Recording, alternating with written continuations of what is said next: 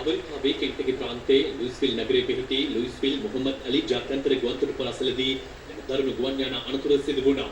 මේ එම ගුවන් යානය ෆ්ලයිට් රේඩාර් ගුවන් ගමන් නිරීක්ෂණ සේවාවේ සටහන්ව ඇති අයුරුයි.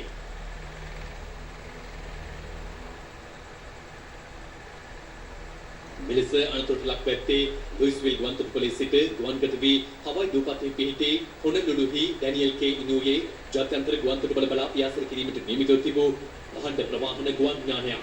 එරට වේලාවෙන් පස්වරු 5:15ට පමණ ගුවන් යානය ලුයිස්විල් ගුවන්තොටුපළෙන් ගුවන්ගත වී කෙටි දුරක් ගමන් කළ අතර සුළු මොහොතකින් අනතුර සිදු වුණේ මෙලෙසින්.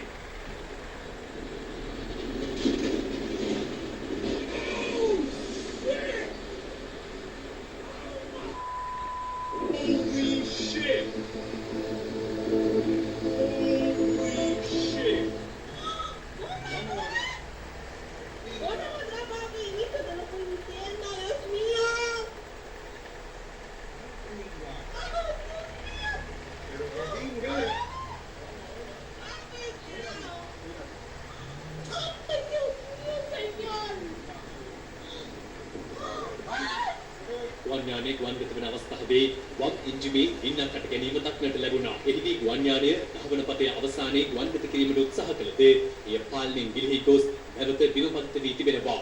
යානයේ කඩාවැටි ඇත්තේ ගුවන්තොටුපළ ආසන්නයේ පිහිටි කාර්මික කලාපයකට සහ ව්‍යාපාරික ස්ථාන කිහිපයකටයි. හවයි බලා යන ගමන සඳහා අවශ්‍ය වූ විශාල ඉන්ධන තොගයක් යානයේ ගබඩා කර තිබීම හේතුවෙන් දැවැන්ත ගිනි ජාලාවක් සහ ඝන කළු දුමාරයක් එම ප්‍රදේශයේ පුරා පැතිර තිබුණා.